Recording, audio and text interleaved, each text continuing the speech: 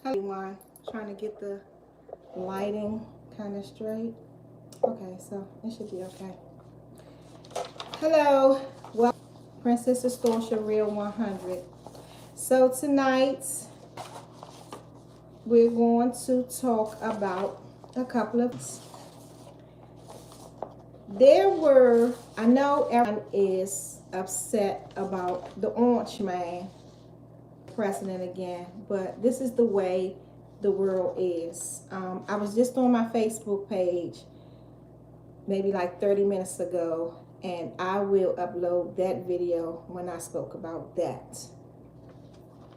However, there have been changes already. Stuff has already started with him being in that seat already. Like one, he took away the Mexicans' food stamps. So he is going to go through with some things that he talks about, and some things it's just going to be open. So they had a situation on Friday. I'm not sure if everyone paid attention to it or heard about it, but there were some very incriminating texts sent to a lot of Afro-Americans. They were racist texts. So I'm going to read a couple of the texts, and I'm going to read something that was printed online. So this is one of the texts here. So this one says, "Greetings, Monet M. You have been selected to pick cotton at the nearest plantation.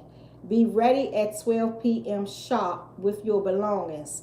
Our executive slaves will come get you in a brown van. Be prepared to be searched down once you've entered the plantation. You are in Plantation Group S." This is horrible. Then the idiot didn't even spell cotton right. They spell cotton as C-U-T-T-O-N. Then they had a story about it. This is from NBC News. This says, "Black people are receiving racist text messages about picking cotton at the nearest plantation. The FBI and the FCC have weighed in on the messages that multiple black people across the country received on Wednesday." Then we have a story. We have this from the Garden magazine or the Garden Post or whatever.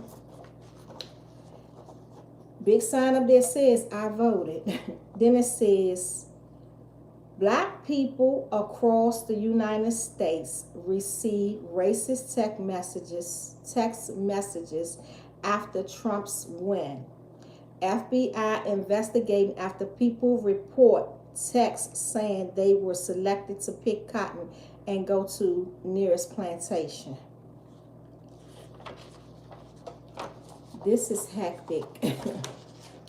So I'm going to read this article from the CNN channel. This says, "Racist texts about slaves and picking cotton sent to black people as state AGs, colleges, and police probe their origins." By Ashley R. Williams, Jack Frost, and Jillian Sykes, CNN update. This was Friday, November 8th, 2024. This is another text. "Greetings, Talia J." Talia J is her name. The first one went to a young lady by the name of Monet M. "You have been selected to pick cotton," they spell cotton correct in this one, "at the nearest plantation starting 11/7/2024. Please be ready at 8 a.m. sharp with your belongings. Our executive slave catchers pick you up." Listen to how they wrote it though.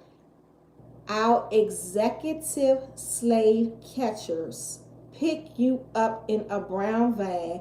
Be prepared to be searched once you enter the plantation. You are in Plantation Group 7. Allah, please take the wheel.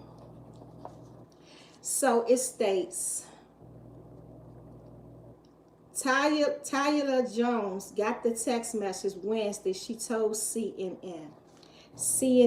Authorities across the United States are investigating after racist text messages, some with references to slave catchers and picking cotton, reminiscent of country's painful and bigoted past, have been received by children, college students, and working professionals from unrecognized phone numbers in the wake of the just hours after Donald Trump's election win on Tuesday. Black people across the United States reported receiving racist text messages telling them that they had been selected to pick cotton and needed to report to the nearest plantation. While the texts, some of which were signed a Trump supporter, varied in detail, they all conveyed the same essential message about being selected to pick cotton. Some of the messages refer to the recipients by name.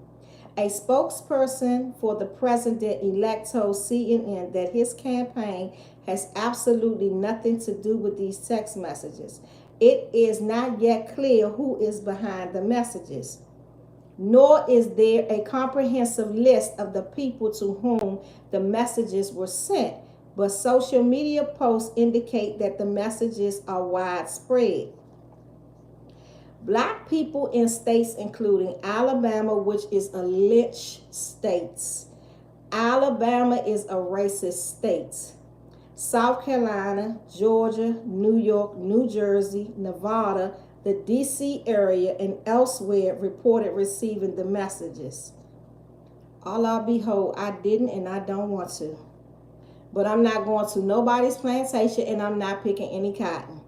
That's crazy. And what they gonna have to really come and get me. You're not gonna tell me just gonna come and get me. Some van gonna pull up if he want to. Okay. But this is not funny. Like, seriously, this is crazy. This is insane. It says the messages were sent to black adults and students, including 2 high schoolers in Massachusetts and New York, and students at historically black colleges and universities, HBCUs, such as Alabama State University and other schools, including ones across Ohio, Clemson University, the University of Alabama, and Missouri State. At least 6 middle school students in Pennsylvania received the messages, according to the AP.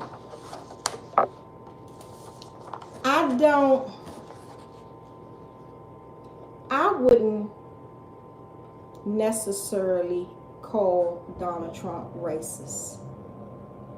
I think he's in the middle. But I also think I don't know if he's suffering with dementia, bipolar, or something. He's not acting. I used to think it was just an act, but I don't think it's an act anymore. And I said on my Facebook live today, I will upload it on here, to Kamala, I can't get it, I think that's how you pronounce her name. That was very big of her to even step up there and try to, run for something like that. But they will not let a woman run this country. And I said, I think Michelle Obama she would win. She would win. So I'm not going to go back into that. I will upload the Facebook content and you can see it from there. We have a young lady here. Miami woman's mugshot. I have no idea what this young lady is going through.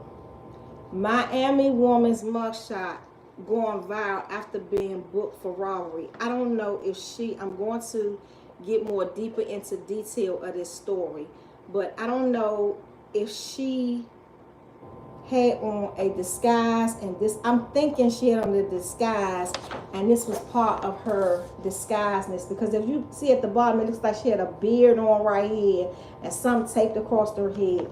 But next Sunday I will have her story. This next story is appalling to me. And it's disgusting. These two sisters killed their children. They're twins, and they killed their children. Their names are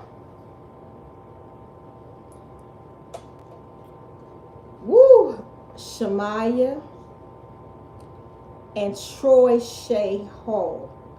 Troy Shea Hall and Shamaya killed their children. So the top part of this says, since y'all know how I feel about kids, if you don't want your kids, give them to somebody who will take care of them, protect them, and raise them. Like this right here is beyond belief. Sensitive content. 27-year-old twin sisters charged with stabbing their kids to death in separate incidents. One sister was sent to mental institution for killing her 7-year-old daughter, while the other is currently being held on $6 million bond for killing her 3 children. But the thing about this is, somebody somewhere knew they needed mental health before they had those children and after they had those children. Somebody should have stopped and tried to save their lives. So it goes on to say, neighbors, what is going on in the world? 27-year-old twin sisters Shamaya and Troy Shea Hall were arrested for murdering their children in 2 separate incidents. Here is the story.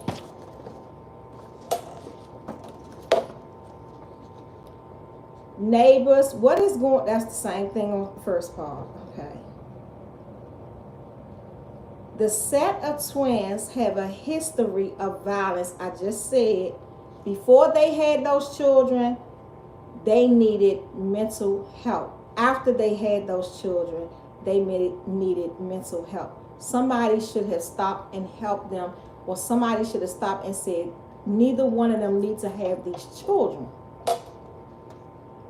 I understand this is not the world we live in. People want to mind their business, but you want to mind your business in one area. You want to get in the other business in another area. Get in some business that don't even entitle you to get into, or has nothing to do with you, or shouldn't be your concern. This was a neighborhood. This was a citizen neighborhood concern. So it says,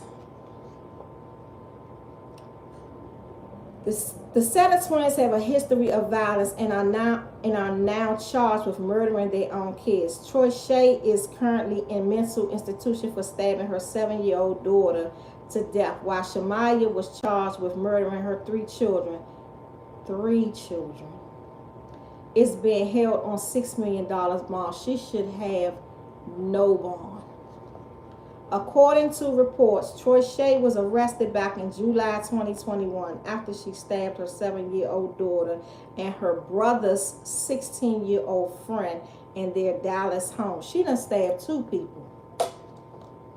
Per the local news, Troy Shea's mother discovered the 7-year-old after she heard blood-curdling screams from the next room. So, they were living at home with their own mother, and she was able to kill her own child while she's living at home with her mother. So the mother needs mental help too. Like, seriously. She was able to get their neighbor. The mother went and got the neighbor and an off-duty officer, or the neighbor is an off-duty officer, to rush the child to a nearby fire station where she died from over 30 stab wounds. Just imagine you're in a house with a psychopath and you know that she has a mental dysfunction. She's upstairs with her child. The first scream, I would have ran up there. Because when a child is screaming, yes, she might have thought the mother was just being a mother to the child or whatever. But there is she just said a certain type of scream. There's a certain type of scream from getting a beating, or being challenged by your parent as to someone stabbing you 30 times. Following the attack, Astorcia Hall was arrested and charged with the capital murder of her daughter and assault. She was found unfit to stand trial and sent to a state mental health facility. The other twin, Shamaya, was charged with stabbing her five children. Now saying 5 children.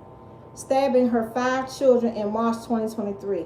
Police claimed they received a call from Child Protective Services who were at Shamaya's home to take her children. After arriving to the home, 5 minutes later, officers discovered Shamaya stabbed her 5 children.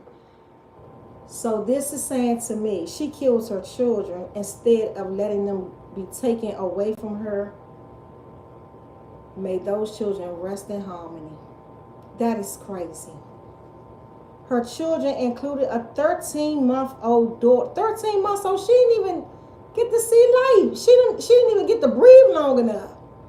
13-month-old daughter, a 4-year-old son, a set of 5-year-old twins, a 6-year-old son. The 13-month-old boy and 4-year-old girl survived the attack. It's good that they survived. They're going to be traumatized for the rest of their life and were taken to nearby hospitals for treatment. The other 3 children died from their injuries. The father of her oldest son claims his family fought tooth and nail to get custody of Shamaya's 6-year-old son, but claims the state was apprehensive about separating the siblings. 1 minute, I got to think about social services in the state too, because they will come out, they will take your child for the most unsensible thing than to go, and if somebody's saying this lady is abusing her children, this, that, and the other, they not paying that no attention. This is why a lot of these kids end up losing their lives. I'm from Washington, D.C. Back in, I think it was 2000, the late 2000s or something like that, we had a lady in D.C. who had 3 girls, 3 young girls, 3 children. I think they ranged from 7 to 12. I may be wrong, but they wasn't teenagers. They might have been 7, 8, and 9. They was right behind her, but it was 3 young girls. Her name was Benita Jacks. She stuffed those little girls in the wall in her townhome in Southeast, in the heart of Southeast. She lived in the Northeast, in the heart of Northeast by Clay Terrace somewhere. However, when I was in Danbury, Connecticut, FCI, she was there. But before she got to Danbury, Connecticut, FCI, she was at another state prison, and they beat her. They said those women jumped her like every day she was there. She was there for like 2 weeks. They jumped her every day she was in there because they found out she was the woman who murdered her kids. Upon her situation, she was saying she was hearing voices. The kids hadn't went to school for 2 or 3 weeks. Nobody did a wellness check. The people in the neighborhood didn't see her. But after stuffing those kids in the wall, they started saying the neighborhood started smelling. There was a certain distinctive smell. And then they started saying it was coming from the house. Do you know how long those little girls was in that wall? So she said she killed her kids because the voices told her to. Her too was already mentally ill or had a mental dysfunction before she killed her kids, before she had the kids. People think mental illness is not real. It is. A lot of people that you are around daily, they have a mental illness. When a person is in prison for a long time, they succumb mental illness. Please believe me, I'm not one, but there are many.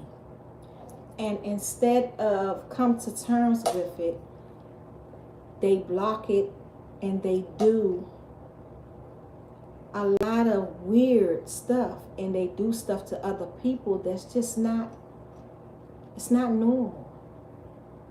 It's not normal. And that's a mental illness. So if you don't get help for it, you will destroy yourself, or you will destroy another. And I don't think it's fair for someone else's life to be took because you have a mental defect. That's your problem. Those are your issues that should be addressed. A lot of people know they have a mental defect and they use it as grounds. And what I mean by that is they will go and do something to somebody they know they shouldn't be doing it to, and then they will sit back and say, well, they know I'm mental, so like it's funny. It's not funny. It's not funny. And a lot of people who are mental have lost their life because a sane person, they might get up on you first. A lot of people who are mental illness, they get off on a lot of things. But it's like 50-50. You have a lot of people that play mental, they're mentally unstable. So they're not held accountable for their actions. Then you have a lot of them, of course, be like, no, I'm going to hold that person accountable. They knew what they was doing, mental illness. You should have taken your medicine. So it's a toss-up. It's a toss-up. So, you know, we live in a world today where there is called abuse. Abuse of any kind, physical, mental, or verbal, is not acceptable. It is not acceptable to allow a man to beat you. And I spoke about this on my Facebook, so when I upload it, you'll be going back and forth. If you watch this video, you're here tonight. Thank you all for coming out. You watch this video tonight, and you watch it tomorrow, whatever you were here. But I'm going to try to change it around a little bit. When you're in a relationship with a person, and it comes to the fact where they are verbally abusing you, that's not acceptable. And as women, we take the low road on it. Some of us, I would never do it. I'm not afraid to be by myself. I'm not afraid to sleep by myself. I'm not afraid to not have a significant other. You have a lot of women that are needy in those situations where they feel, I can't be by myself. I have to be with somebody. And in turn, being with somebody will be somebody who beat you to death and maybe take your life. Is that fair? No. Is that right? No. You have some men who are, they are mentally dysfunctional.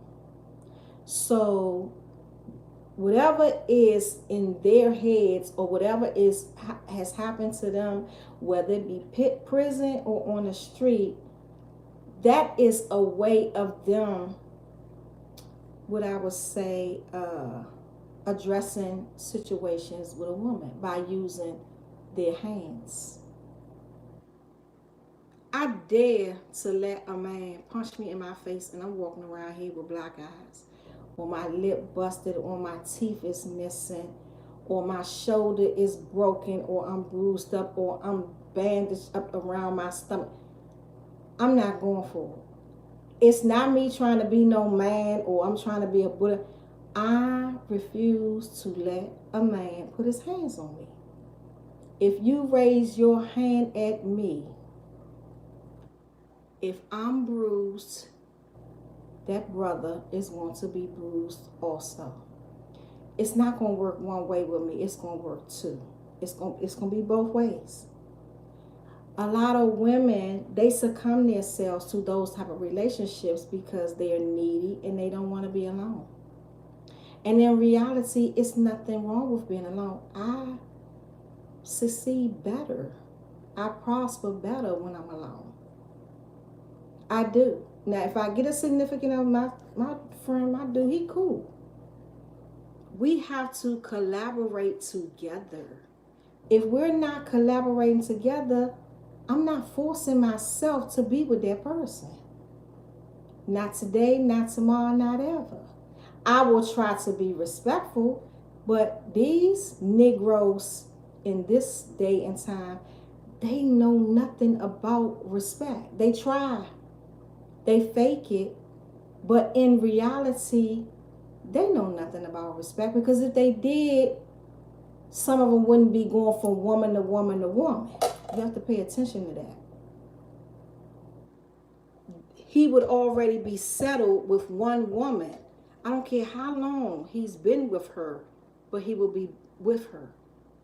You have men that go from woman to woman all their life because there is something internally wrong with them, but they want to make it seem like it's each woman. Oh, she ain't doing what I said. I'm going to get a new one. Oh, I ain't going to mess with her. I'm going to find somebody else. There's something dysfunctional about them in themselves. I choose to be alone when I want to. And I know, and I can say for myself, if it's broken, it won't be fixed. It won't.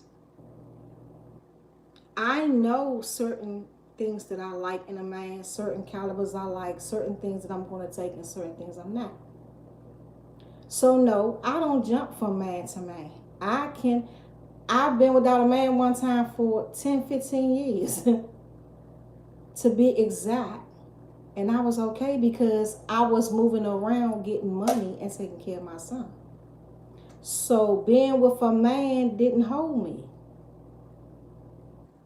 But another woman probably couldn't do that because she has to have somebody, or she has to feel like she's wanted, when in reality she's really not.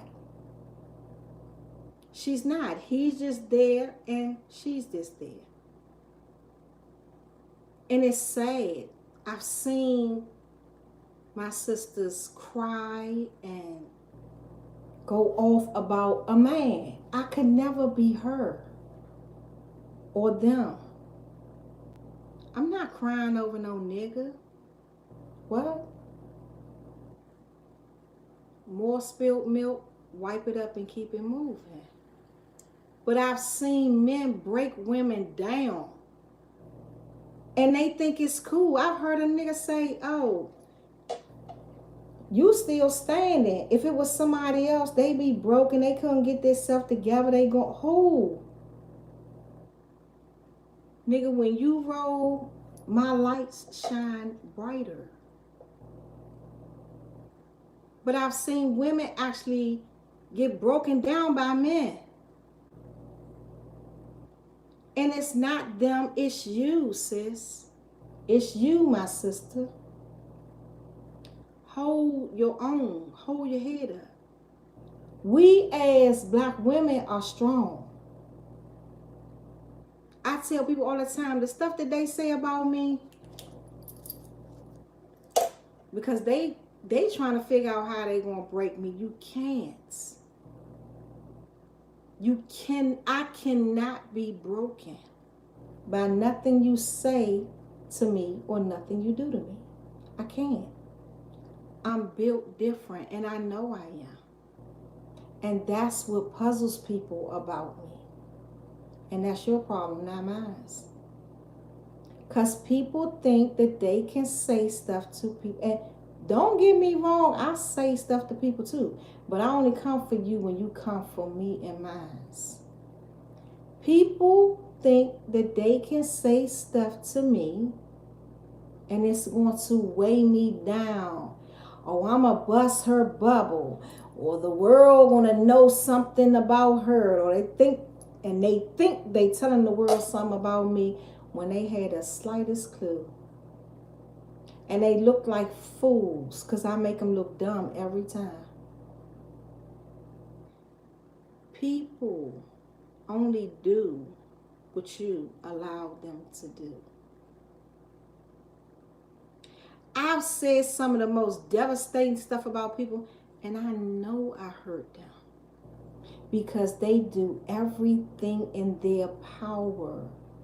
They give me the ups on them because they be running around. I gotta get her back. I gotta get back at her, and I be sitting on my little throne laughing.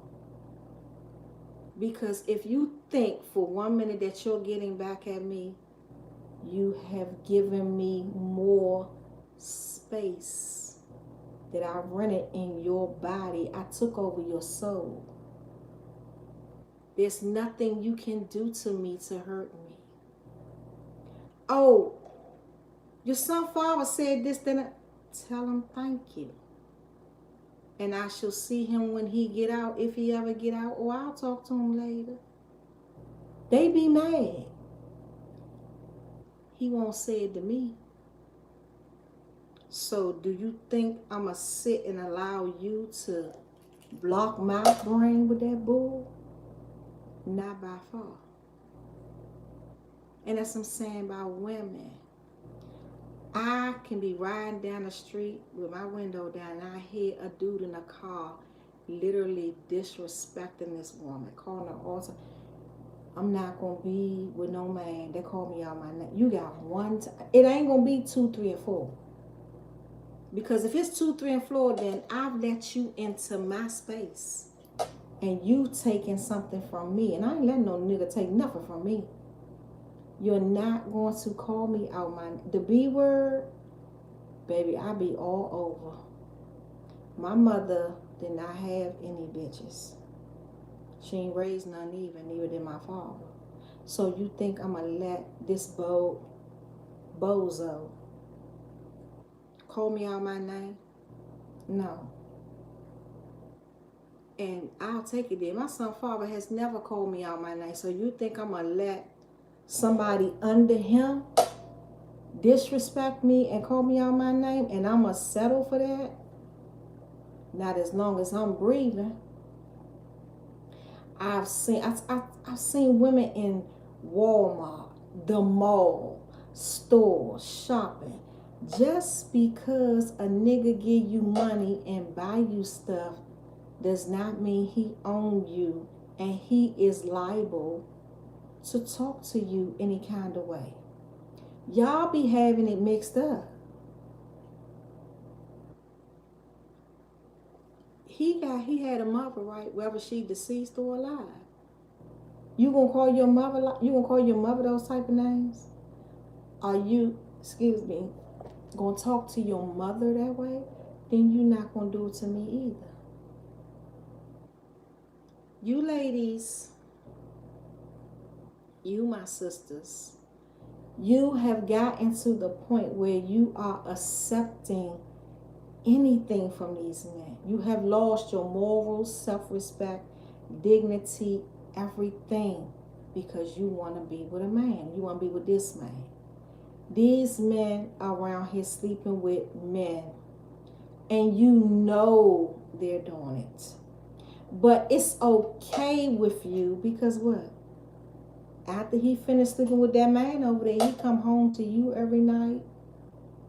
Oh, he's always here with me. It's not okay. It's not okay. He needs to decide which way he's going. If he wants to sleep with another man, that's where he needs to take his clothes, his business, his responsibilities, whatever is going on, and go over there. You ladies are making it too comfortable for these men. I would never. I don't care what a nigga got online and said out his mouth. And I'm speaking in general about when somebody said, oh, your son father sleep with men. I busted a dude in his head with a chair. with a chair because he felt the need to thought that he was throwing something at me, or he was trying to embarrass me in some type of way, or say something out the way about my son's father, and said that's why he said you sitting up here praising him, and that's why they said he's sleeping with men. And all I know is I picked the chair up and I went to work. Was he bleeding? Yeah, he was bleeding.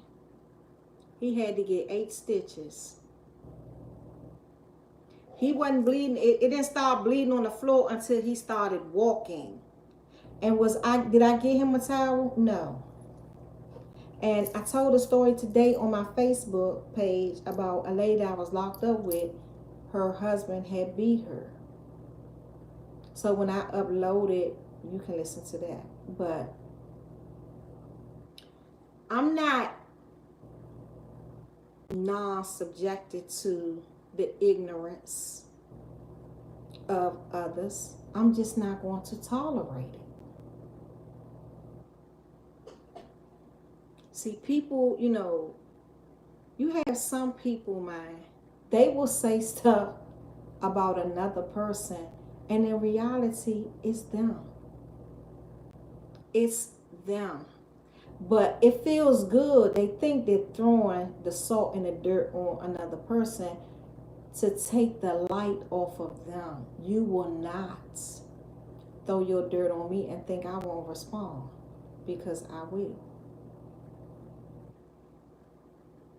Some people won't respond. They just sit there. I'm not going to respond. Me, I'm going to respond. Don't lie on me. I hate and despise a liar. So if you lie on me, what you think that makes me?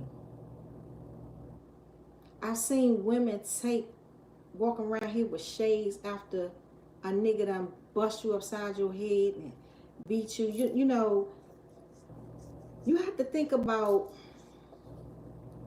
your body, your wellness, your health, your strength. When a man punches you in your face, you have you have veins and stuff in your eyes. They could damage that to where you may see now, but later in life you probably can't see. When a man is tossing you around, banging your head on this or banging you on your head, you have brain cells, man, that you can lose, that will sometimes take and cause you to be paralyzed on one side of your body. Like when someone is putting their hands on you, you have to really think about the abuse and what it really affects in your body. Seriously. And you men that walk around here, you're punks, you're suckers, you're cowards, putting your hand on men. But then when you get to the prisons or you get over to jail, you don't want to put your hand on them dudes. You don't want to wrestle with the Earn brothers, huh? But you feel okay as a man out here beating on a woman. No, it's not cool. It's not cool and it's not acceptable. And I would never want to. A dude like that couldn't even be my friend. He couldn't be a friend to me. I could not hang with a man who beats a woman. Then you got them, oh, he like fighting women. That's not funny. That's not funny. That's ridiculous. And it's very disrespectful that you would allow yourself to belittle yourself to the standards of letting a man manipulate you, take advantage of you, and beat you. If you look up what's called physical abuse, or you look up domestic violence, you know how many women, not men, the men who lost their life to domestic violence doesn't even add up to the women. You know how many women, black women, Afro-American women, have lost their lives to domestic violence. I've seen men hit women with cars and then go to them, I'm sorry, you just made me mad. Are you crazy, my nigga? So there comes a time when you have to step up to the plate and be like, I'm not taking this no more. I ask women all the time, why, when he put his hands on you, when a man put their hand on you the first time, that's an open door. He knows he can keep doing it now because you let him get away with it the first time. And then he come back and say, I'm sorry, let's go make love. I'm not laying up with nobody who just beat me. This is not Ike and Tina. Because I'm looking at him, I don't even feel sexually attracted to him anymore. I don't even want him laying on me after he done put his hands on me. But you have some women, they sit back and he be like, baby, you just made me real angry. I'm going through something. No, you're not going through nothing. You're going to go through something because if you hit me, I'm hitting you with something. So you want to feel something. If I'm sitting there with a black eye, you got two black eyes. You might be stabbed up, anything. But you not going to be sitting in front of me and my eye black and you just walking around here talking about you sorry after 20 minutes of beating me. No. I know not so. So I'm not trying to say I'm some type of rough woman or a bully or whatever. I'm not going for that. The same pain you inflict on me, I'm going to inflict pain on you. You're human just like I am. I've seen men drag women on the floor, stomping them and kicking them. Who? Not over here. Not over here. Because by the time you done hit me the first time, I done built up so much strength. I might go bananas. And a knife will be the worst thing for me to get in my hand. And I'm not going to be sitting there talking about, I'm sorry. After I done cut you up, I'm not going to tell you I'm sorry. You made me mad and I was disgusted. I was going through something. No, because I knew exactly what I was doing. You made pain to me and I inflicted pain to you. I've seen women losing their hair. They getting skinny. Their color disfading because they stressed out over a nigga. I done sold dudes' clothes, done put them out, done threw them away. I'm not going for that. When they stop dealing with me, they gonna remember my name forever. Sometimes it's in a good way. Sometimes they rub me the wrong way. And that's just how it is. But what they will not be able to do is tell somebody, I beat the living daylights out of her. Not over here. No. So, ladies, make your life, your body, your living the most precious thing in this world to you. To you. Your health matters, not his. And I will say to some of the men, because you had some men, they be like, she cursing them out, you MFing, you this and that, throwing stuff at the man or whatever. The ones that don't attack back, I respect you to the fullest. You are real men. The ones that don't, if she calling you bitches, you ain't calling her none back, I respect you. You wear your title. You wear who you were born to be. You're a real man.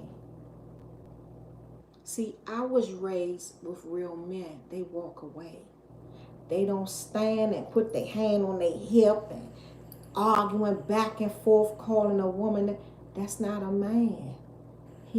That person needs to find out who he really is, because there's something wrong with him. If I'm sitting in, it's 2 mirrors in the bathroom. In my bathroom, yeah, my bathroom big, it's 2 mirrors. If I'm in the mirror combing my hair, and you supposed to be over there brushing your teeth, you may brush your hair down. But if you over there, you done brushed your teeth and you in the mirror a little bit longer than me, and I done comb my hair and I don't want to, you got to go. Because I get the fidgets and I start feeling some type of way. Wait a minute, Slump, you in the mirror longer than me. That ain't a good feeling. But you women, you go for that. Or he just making sure he look good and smell good. You need to stop and think about that.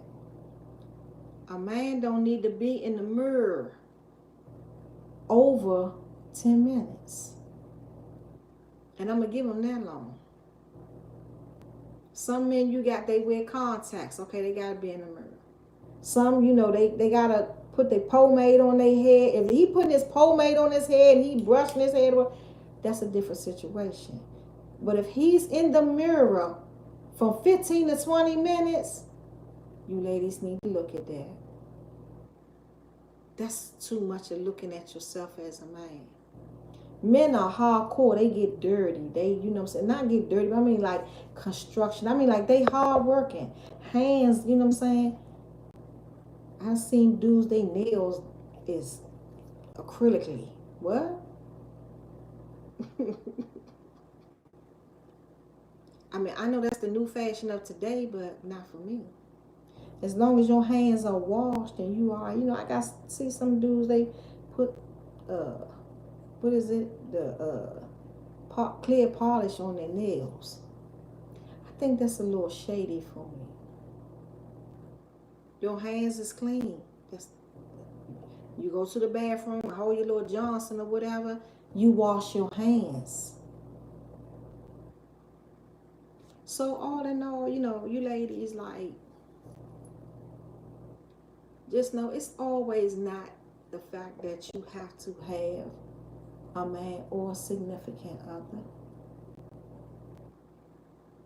Hold on to yourself. Love yourself first before you try giving yourself to anyone just because you're lonely or you don't want to be alone. There's a lot of men out here, they not here to love you. They're here to take advantage of each situation they can.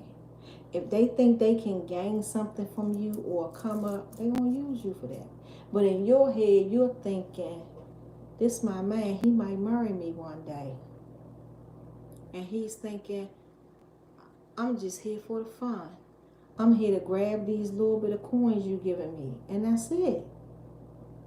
So know your place with these men. And do not ever let a man put his hands on you. If he does it once, you open the door to all the wrong attraction. I'm telling you. I am telling you. Value yourself more than that. Nothing in this world is more to you than you. And on that note, good night, everyone. Thanks for coming out. Like and subscribe. I will be back next Sunday. Please join me. And happy Veterans Day. And y'all have a great rest of the weekend. I'm sure a lot of people is off tomorrow's Monday, Veterans Day. I will be. But I'll be busy doing something. So, good nights. And blessings to all. Ladies, protect your peace. Protect your happiness. Know your worth and trust yourself.